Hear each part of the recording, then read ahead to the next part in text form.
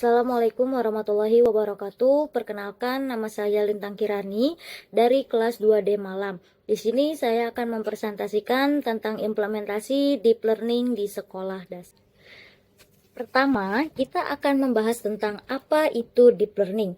KPP Indramayu 2024 mendefinisikan deep learning sebagai salah satu pembelajaran yang memungkinkan siswa untuk memperoleh pemahaman yang lebih mendalam tentang suatu subjek dan peningkatan kemampuan untuk menganalisis dan menyelesaikan masalah.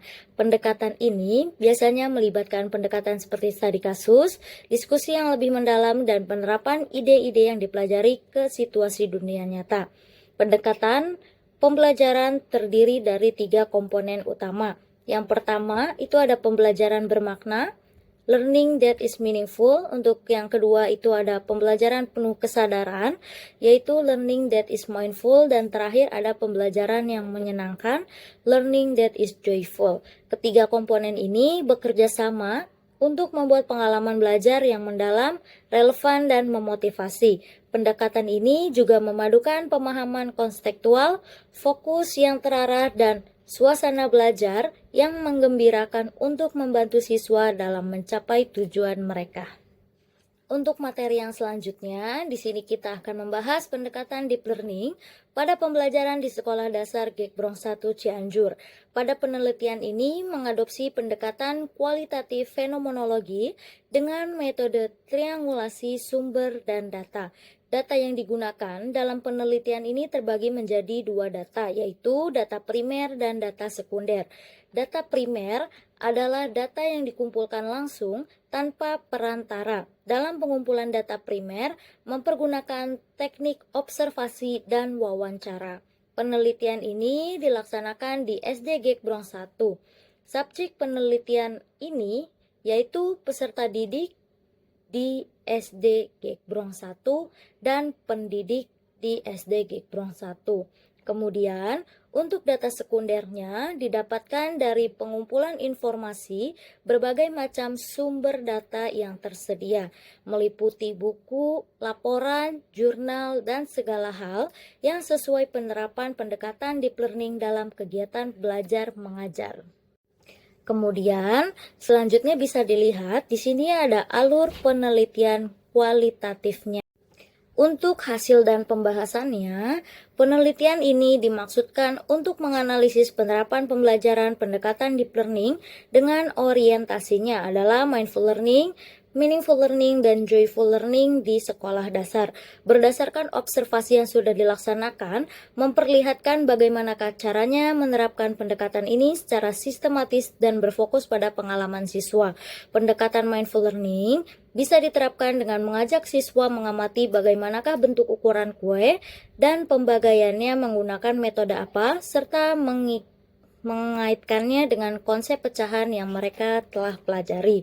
Contohnya adalah pada saat kue dibagi menjadi 2 bagian yang sama besarnya, secara tidak langsung mereka sudah memahami bahwasannya setiap bagian mewakili 1/2 dari keseluruhan.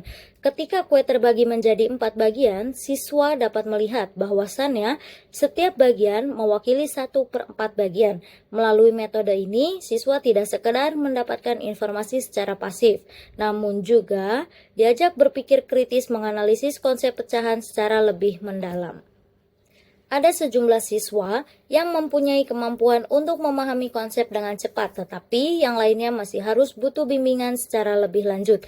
Guru harus secara aktif dalam memberikan pendampingan kepada masing-masing kelompok dengan setiap progres yang sudah disusun, memberi arahan, dan memberikan pertanyaan pemantik. Pendekatan ini mengadopsi dari teori Brunner mengenai discovery learning, yang menjelaskan jika siswa akan belajar dengan lebih baik manakala konsep-konsep tersebut mereka dapatkan dari pengalamannya sendiri. Melalui simulasi tersebut, siswa tidak hanya sekedar memahami pecahan secara teori saja, namun juga mengetahui implikasinya di kehidupan mereka. Misalnya, pada saat berbagi makanan dengan temannya, Metode ini mendorong adanya meaningful learning sebab siswa mampu menghubungkan konsep akademis dari pengalaman yang mereka dapatkan, misalnya ketika berbagi makanan bersama saudara ataupun teman. Pada proses belajar menjadi lebih relevan dan bermakna dikarenakan siswa dapat langsung menyaksikan bagaimana konsep pecahan diterapkan dalam keseharian siswa. Pernyataan tersebut relevan dengan pendapat dari Nur Hayati et al. 2025 yang menjelaskan jika siswa mempelajari sesuatu yang baru dengan mengkaitkannya ke dalam struktur pengetahuan yang sudah dimiliki, maka akan tercipta pembelajaran yang bermakna. Ketika sedang belajar, pada dasarnya siswa sedang membangun pemahaman mereka sendiri dengan mengkaitkannya dengan pengalaman, fenomena, dan fakta baru dengan pengetahuan yang sudah mereka miliki tersebut. Kegiatan tersebut mencerminkan konsep pendekatan joyful learning yang terlihat dalam stimulasi melalui peran peserta siswa dalam proses pembelajaran. Pendekatan ini memperlihatkan jika motivasi belajar dan daya ingat siswa pada materi akan semakin meningkat saat pembelajaran yang dilaksanakan disertai dengan adanya interaksi sosial dan aktivitas yang menyenangkan.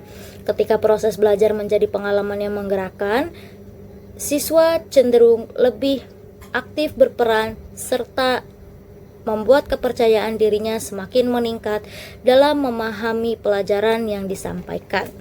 Kesimpulannya adalah implementasi deep learning di SD Gekbrong 1 memberikan dampak positif dalam meningkatkan pemahaman siswa serta mendorong keaktifan mereka dalam proses pembelajaran. Meski demikian, terdapat beberapa tantangan yang harus diperhatikan, misalnya keterbatasan waktu untuk menyelesaikan kurikulum, keterbatasan siswa untuk mengakses teknologi, dan kebutuhan akan pendamping lebih dalam penerapan mindful learning dengan dukungan yang lebih baik berupa pelatihan guru serta peningkatan akses teknologi dapat mengoptimalkan deep learning. Materi selanjutnya ada prinsip-prinsip deep learning. Prinsip-prinsip deep learning mencakup beberapa elemen kunci yang harus diterapkan dalam proses pembelajaran agar siswa dapat mencapai pemahaman mendalam. Prinsip-prinsip tersebut meliputi yang pertama ada konektivitas pengetahuan.